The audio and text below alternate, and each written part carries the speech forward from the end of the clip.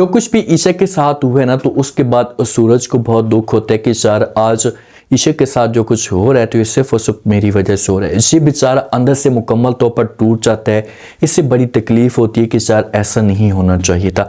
अब जिस वक्त सूरज का वालिद जो होता है, ईशा का वालिद, ये जब आता है ईशा को इस हालत में देखते हैं ना, तो यहाँ पर फिर ये आवाज़ें देना शुरू कर देते हैं। ये फिर सूरज को कहता है कि प्लीज़ आप लोग बात करें इसके साथ, इसको समझाने की कोशिश करें कि इसी आंखें खोले।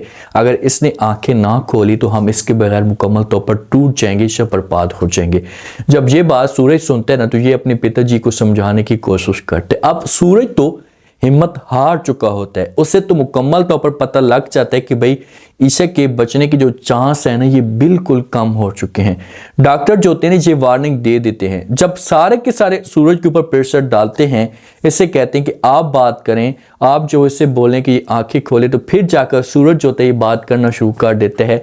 ईशा को कहते हैं कि ईशा आप आंखें खोलें, एक दफ़ा तो बात सुने, सामने देखें कि आपके अपने खड़े हैं। तो ईशा वहाँ पर थोड़े से लम्हे के लिए आंखें खोलती है, और जिस वक्त आंखें खोलती है ना, तो फिर ये सूरज की तरफ हाथ बढ़ाने की कोशिश करती है कि मैं सूरज की तरफ हाथ बढ़ाऊंगी, सूरज का हाथ पकड़ लूंगी। तो जब हाथ बढ़ाने लगती है तो सारे के सारे बड़े खुश हो जाते हैं कि यार बहुत ही अच्छा हुआ कि ईशा ने आंखें खोल ली हैं। तो सूरज जो होता है ना, फिर ये हाथ पकड़ने लगते हैं, लेकिन वहीं पर ईशा धड़म से अपना हाथ नीचे करती है और इसकी आंखें दोबारा से बंद हो जाती हैं। जब आंखें बंद होती हैं तो फिर जो वो जो टी टी टी वाली जो मशीन होती है ना, ऑक्सीजन वाली, इसे फिर आवाज़ देना शुरू कर देती है। तो क्या ईशा की यहाँ पर डेथ हो सकती है? नहीं। अगर ईशा की डेथ होती है तो सूरज मुकम्मल तौर पर बर्बाद हो जाएगा, सूरज अंदर से मुकम्मल तौर पर टूट जाएगा। तो इसी वजह से सूरज फिर दोबारा जब ईशा की आंखें बंद होगी ना, डॉक्टर तो आकर बोल देंगे कि बस अब ये नहीं बच सकती, ख़त्म हो चुकी है, मर चुकी है।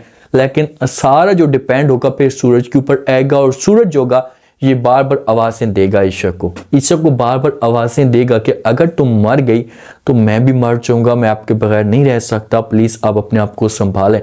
फिर जाकर जो ईशा की दोबारा से आंखें खोलेंगी और सूरज को जो वो खुशी मिलेगी। इतनी आसानी के साथ ईशा की डेथ नहीं होनी। अगर इतनी आसानी के साथ जो ईशा की डेथ हो गई, जो इसके दुश्मन है इसका रास्ता काटने की कोशिश कर रहे हैं, तो वो तो अपने मकसद में मुकम्मल तौर पर कामयाब हो जाएंगे, उनको तो समझो कि मंजिल मिल जाएगी। तो इसी वजह से अभी तक ईशा ने सूरज के साथ जीना है, क्योंकि इसने बड़े वादे किए थे सूरज के साथ कि भाई आपके अलावा मैं किसी और के बारे में सोच भी नहीं सकती, और ना ही आपके अलावा मैं मर सकती हूँ, मरूंगी तो आपके साथ ही मरूंगी। अब देखते हैं कि नेक्स्ट एपिसोड के अंदर क्या इंटरेस्टिंग ट्विस्ट पैदा होता है।